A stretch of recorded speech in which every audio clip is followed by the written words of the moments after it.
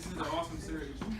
This is a really good series about a young girl. Her father, actually, a father in, I think, North Carolina, he wrote a comic book series about his daughter because his daughter is biracial. And he said, there's not a lot of comic books featuring characters who are biracial or color. So he created a whole comic book series for his daughter. Also, Black Panther. You heard of Black Panther? Yes. He has a whole comic book line. He is a Civil War. Does anyone read Aquaman? Yeah. So I want one person to tell me a little bit about Aquaman. Go ahead. It's basically about art class and a science class, and they have to work together because they have to do this project, and then both of those clubs will be cut down. Oh, wow. Awesome. So go ahead. Tell me a little bit about it. It's about this girl on the first day of school. She ran into this kid, and then people start, and then the kid that she runs into was considered a nerd, and then everybody was calling her a nerd or girl or something like that. And then she beats me too, and then she feels bad about it. And then he's in the science class, and she's in the art class, and they're like rivals. So then one day they have to work together and become really awkward. Wow. So two people who didn't like each other forced to work together, and they come up with a great project. No, I mean she didn't really have it. She didn't like really hate it. She didn't want anyone to know that she did it because nobody else liked it. So has anyone ever had that experience in school? So and that's the great thing about books. And that's the great thing about books is that they talk about things or issues that kids actually experience, and they sort of put it in a different perspective. And that's why my favorite book right now in terms of graphic novels. This is a wonderful book. It's actually a Newbery Award winner. Her husband. Has anyone read the is it Origami Yoda? Origami? Yes. So that's her husband. And this year, if you all get a chance, I encourage you to go to the Virginia Book Festival. It's in the fall. I went there last year and I met Cece Bell and I met her husband. I actually got their autographs and got a photo. Also, two other really good authors that I suggest. And I only have both of their books, but Jacqueline Wilson is a really good author. No, I like it. And Brown Girl Dreaming is a collection of almost like a poem. It's like poetry. So she's telling her story, but through poetry. For me, and the ADHD, if I see a lot of words on the page, I'm like, that's too many words, I'm gonna close the book.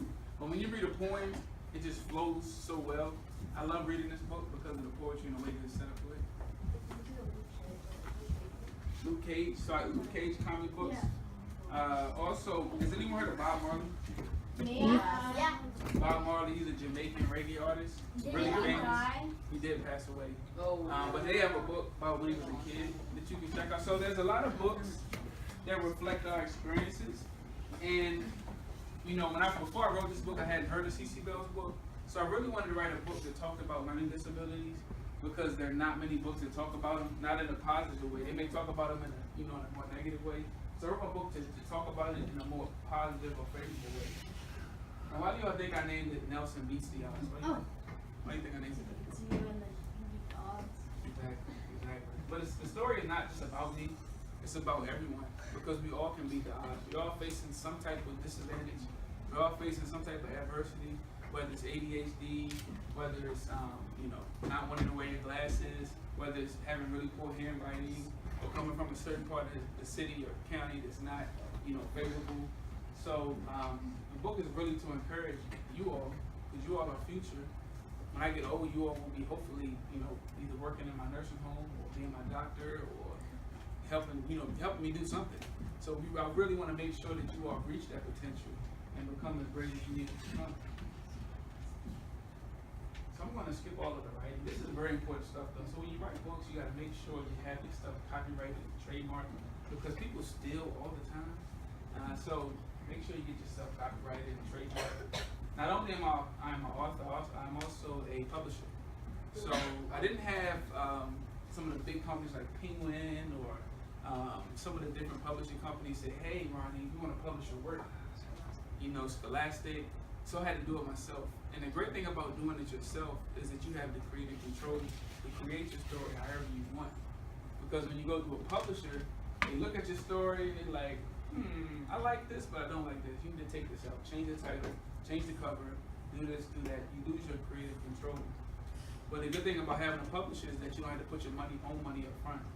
So for me, I had to put a lot of my own money up front. I ended up spending $4,000 to publish my first book. But it's a small investment because if your book is really good and people love it, you'll make that money back 100 times. So it's just a small investment. Let's go ahead and get started. So it's a graphic novel, comic book, exactly. Yes. So what I did with the last class is that I let individuals take turns reading. So if you want to read, just raise your hand so we can go around the classroom. Go ahead. Nelson was off to rock to start at Bland School. This is Gronkowski. Gronkowski. Nelson's teacher caught him playing with his friend Carlos during class. Mrs. Gronkowski asked Nelson to move to his desk to the front of the class, then to the back of the class, and eventually outside the class. And I love the janitor right there. He does just awesome job. Y'all have a janitor that look like that at school? No. He does work at farm. We have a lot of farmers in Tappahannock because there's a lot of farmland. So he probably would fit right into Tappahannock. Yeah, you can read this too. I've had enough of your antics, young man. I'm going to call you parents. No matter where Nelson moved to his desk, found someone to talk to. Nelson was in big trouble, and all he could hear was his mother's voice yelling, "I sent you to school to learn, not play." Y'all give him a round of applause. Yeah, very good, Josiah. So when I was in school, I was that student, and then as this student in every class who would talk all the, throughout the class and would disrupt his neighbor during the class. So his teacher had to move him around the class to find that perfect seat where he would sit there and behave like everyone else. And unfortunately for me, sometimes I couldn't behave, so I had to pick up my desk.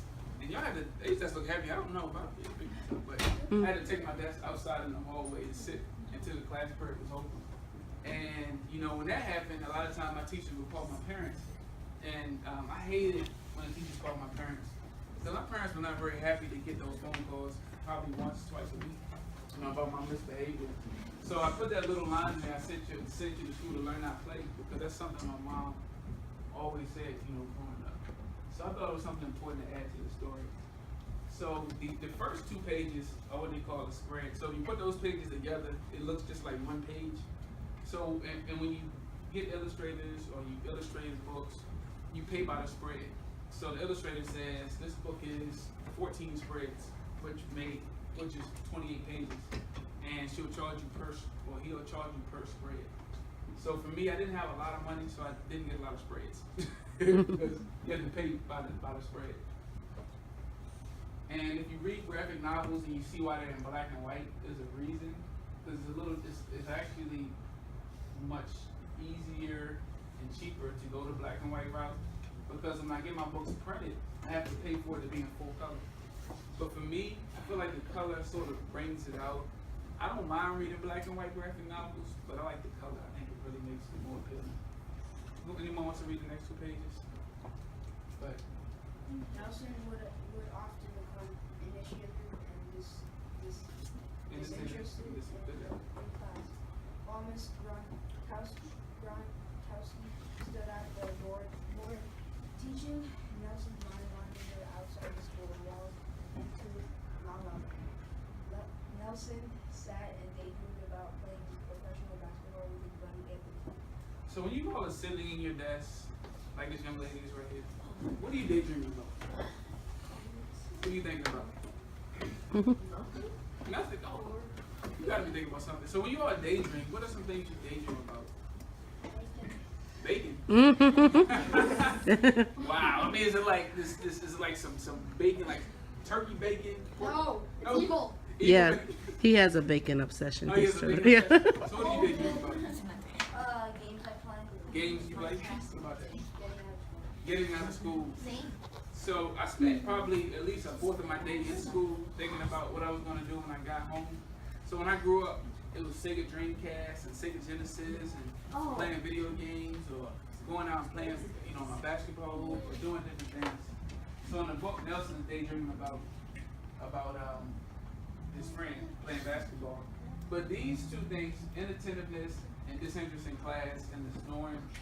So with my attention span, if I'm not really engaged in what's going on, sometimes I would doze off. Even now, if I'm not, sometimes I find myself falling asleep in meetings. I don't advise that when you're getting paid for a job. Sometimes I do that, and sometimes I have a hard time being attentive. So if my hair is a great thing to keep me occupied.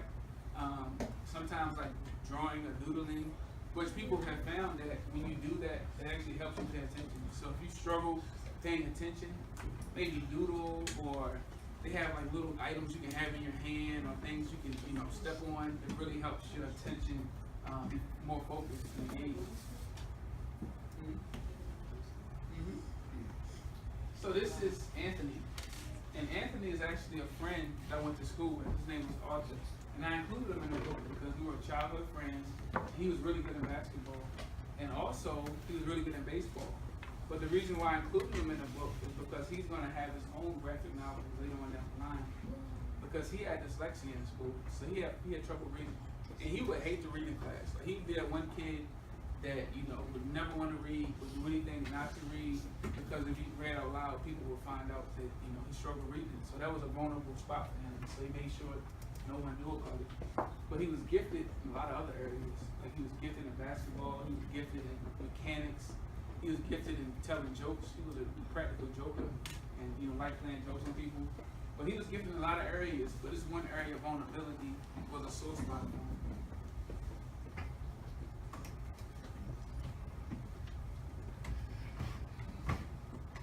Take this page right here. Somebody new glad. When Miss Gronkowski asked Nelson to read what was on the board, he couldn't see it. So his father took him to see an eye doctor. When Nelson came to school the next day, he left his glasses in his book bag. Where are your glasses? I forgot them and left them at home. Nelson lied to Miss Gronkowski because he thought his classmates would tease him for wearing glasses. So that actually happened. So for me, I didn't like wearing my glasses in school. In fact, I didn't wear my glasses. I got my glasses in 4th grade. I didn't start wearing them until 10th grade. Because for one, I didn't want people teasing me and calling me a nerd. I went to school with some really tough guys, and a lot of them needed glasses too, but nobody wore them. And, you know, it's just about trying to be cool and trying to fit in. But it really hurt me academically because I couldn't see the board. I mean, I could sit right here in this seat right here, and I still couldn't see the board. That's how bad my vision was. So for me, I was nearsighted, so I could see if it's really close, but I can't see if it's really far away without my glasses. And I used to leave my glasses in my book bag a lot. And like I said, I graduated 15 years ago. So back then, the glasses weren't really attractive. They were really just not cool looking. True. I see some of you all like now, like I love these glasses. I can vouch for that. Like, I could just go glasses shopping. Like, just take me in an eye doctor, and I'm like, oh, these glasses are so tight. Like, I love glasses. When I was growing up, the glasses were like not very fashionable, not very cool. So Nelson doesn't like wearing the glasses. But is there anyone in the last class? Almost the whole class had glasses on. This class, I only see a few glasses. Well, someone's supposed to. There are at least 8 or 9 of you. 8 or 9 students, at least 8 or 9 students in this classroom that probably need glasses. And I'm sure they're probably sitting all on the back row. but aren't wearing them. But I really encourage you to do that. Even though they have contact lenses. So when I was growing up, if you didn't have that option, you had, you know, these ugly glasses, and that was pretty much your only choice. You had a very limited choice of glasses. And now you have a wide variety, and you have the option of using contact lenses.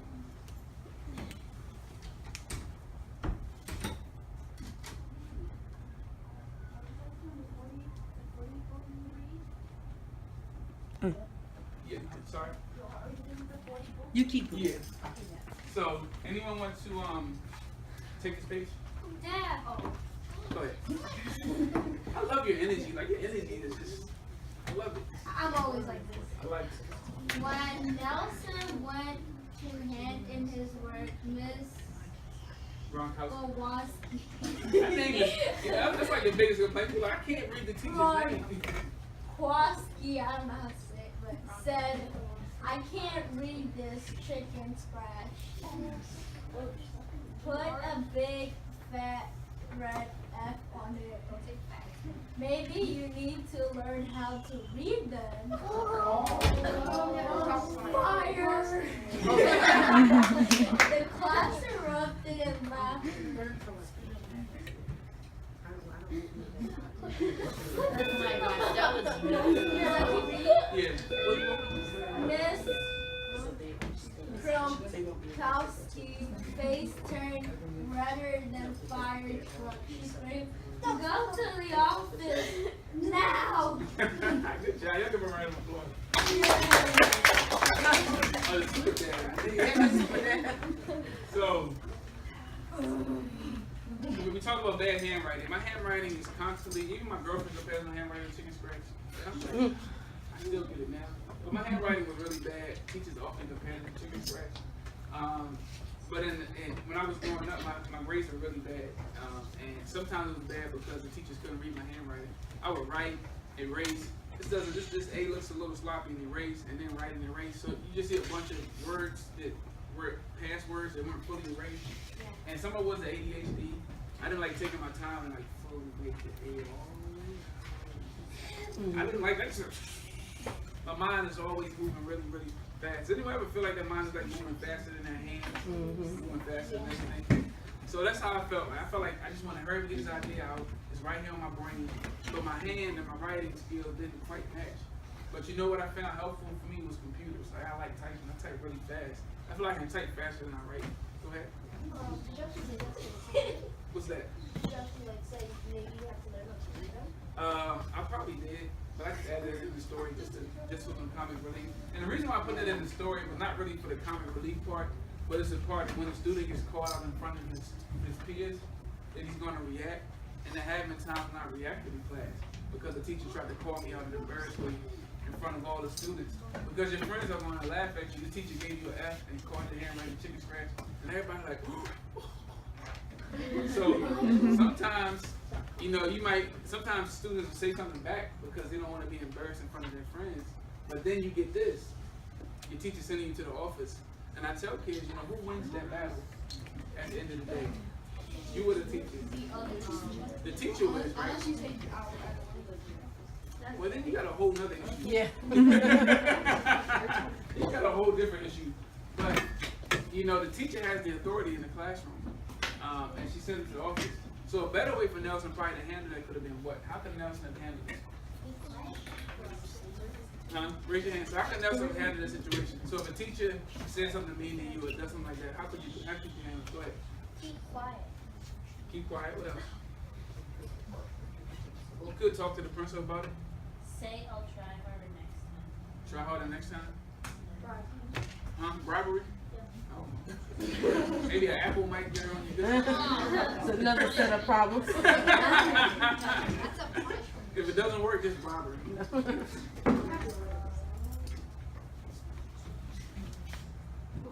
Oh, why? She's the principal. Oh, that's the principal. Yeah. Donald Trump right? Who knows? That was Who wants to read this? Yes, she is. Sounded the opposite. All right, somebody knew Pleasant, right? Oh, go ahead.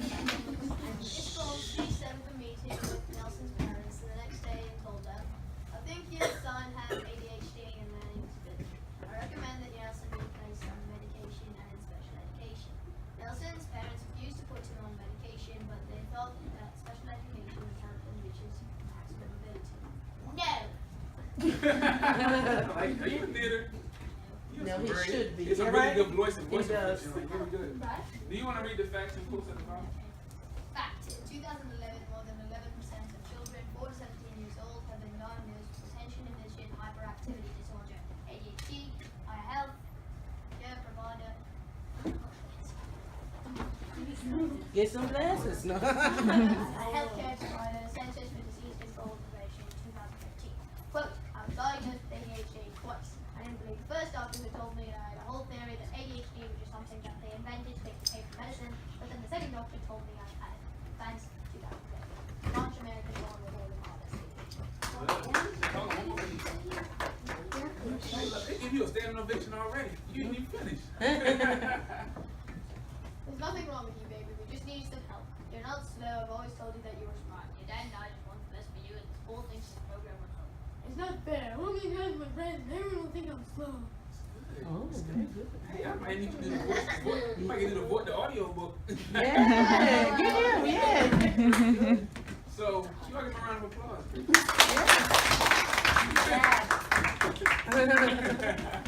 So, let's go back to this page real quick.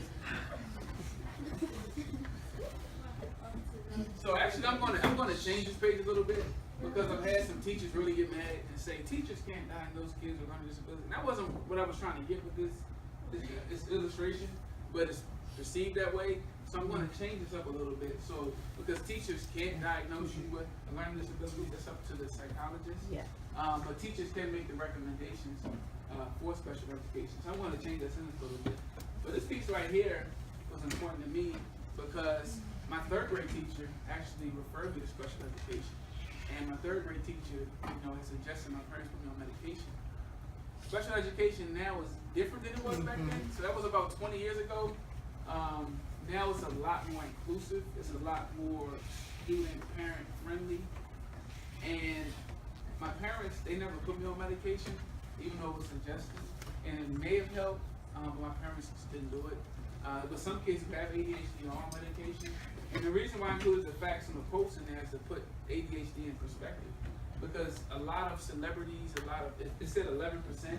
So 10% of this room, which how many people in this room? Is it 30? About 31. Oh, 31. So there's a small percentage of this room who have been diagnosed with ADHD. Or there's a lot of people who haven't been diagnosed. Yeah. There's some undiagnosed cases also. Go ahead.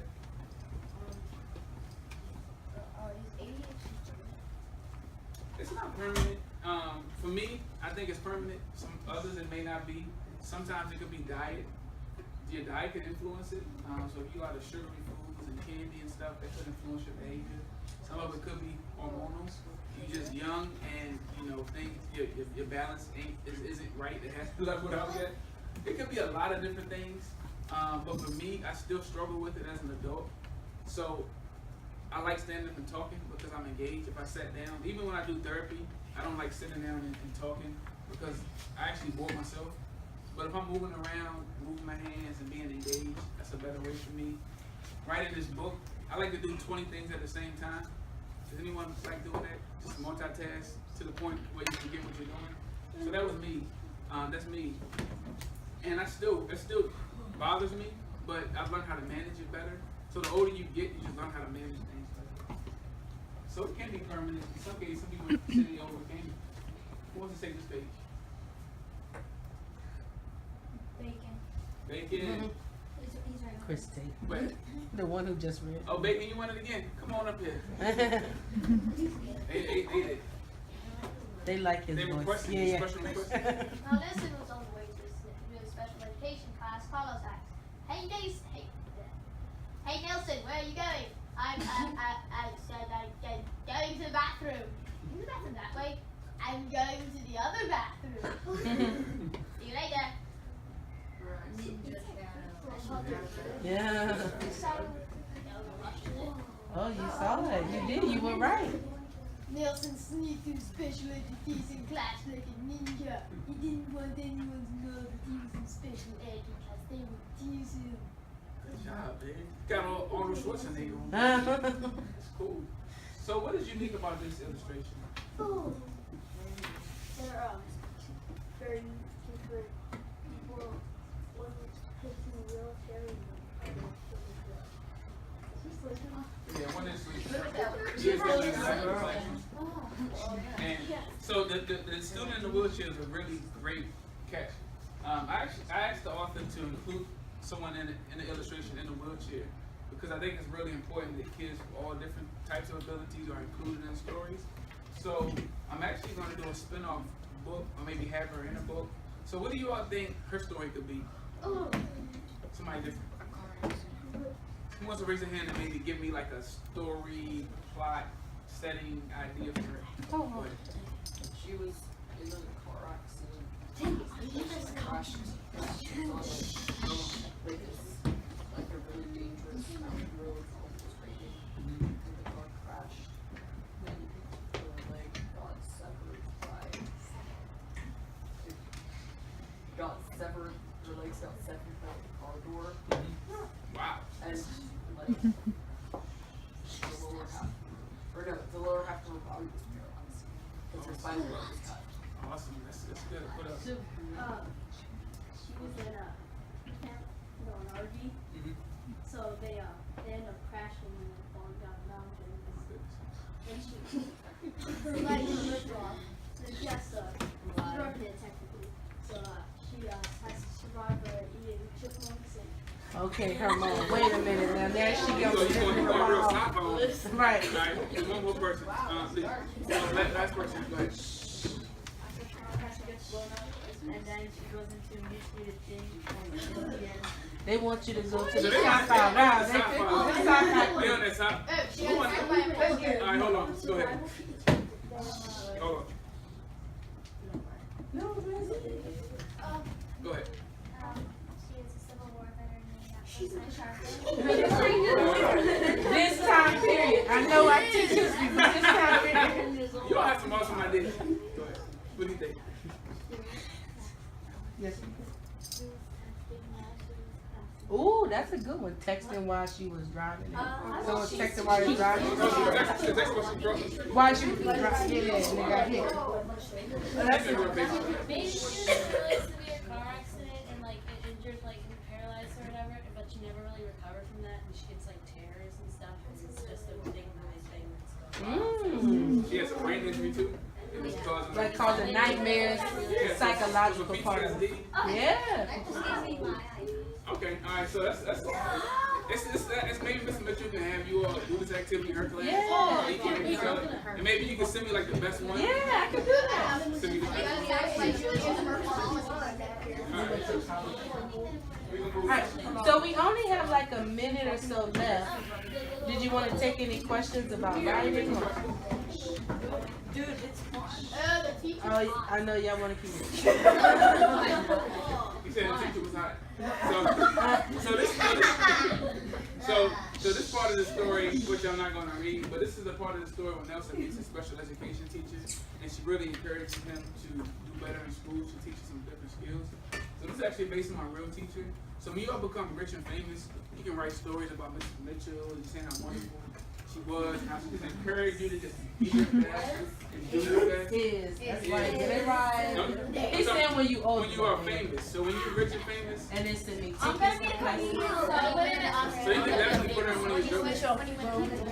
Alright, so does anyone have any questions? Like burning questions?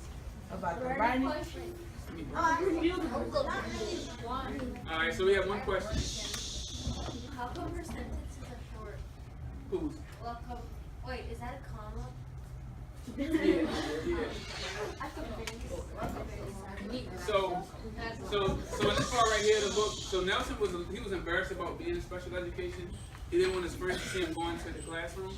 So his teacher welcomes him because she knows how anxious he feels. So the reason why Nelson was in the ninja suit, which he didn't wear to school, but he felt like a ninja in school because he used to sneak around school so his friends wouldn't see him in special education.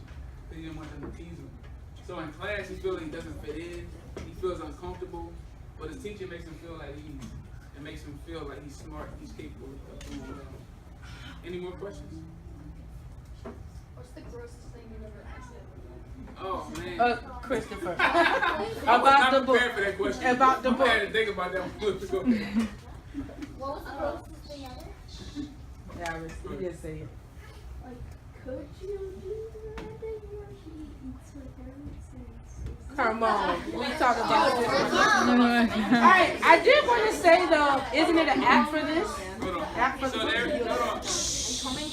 Just so you know, there is an app for this book. He has some books here that after the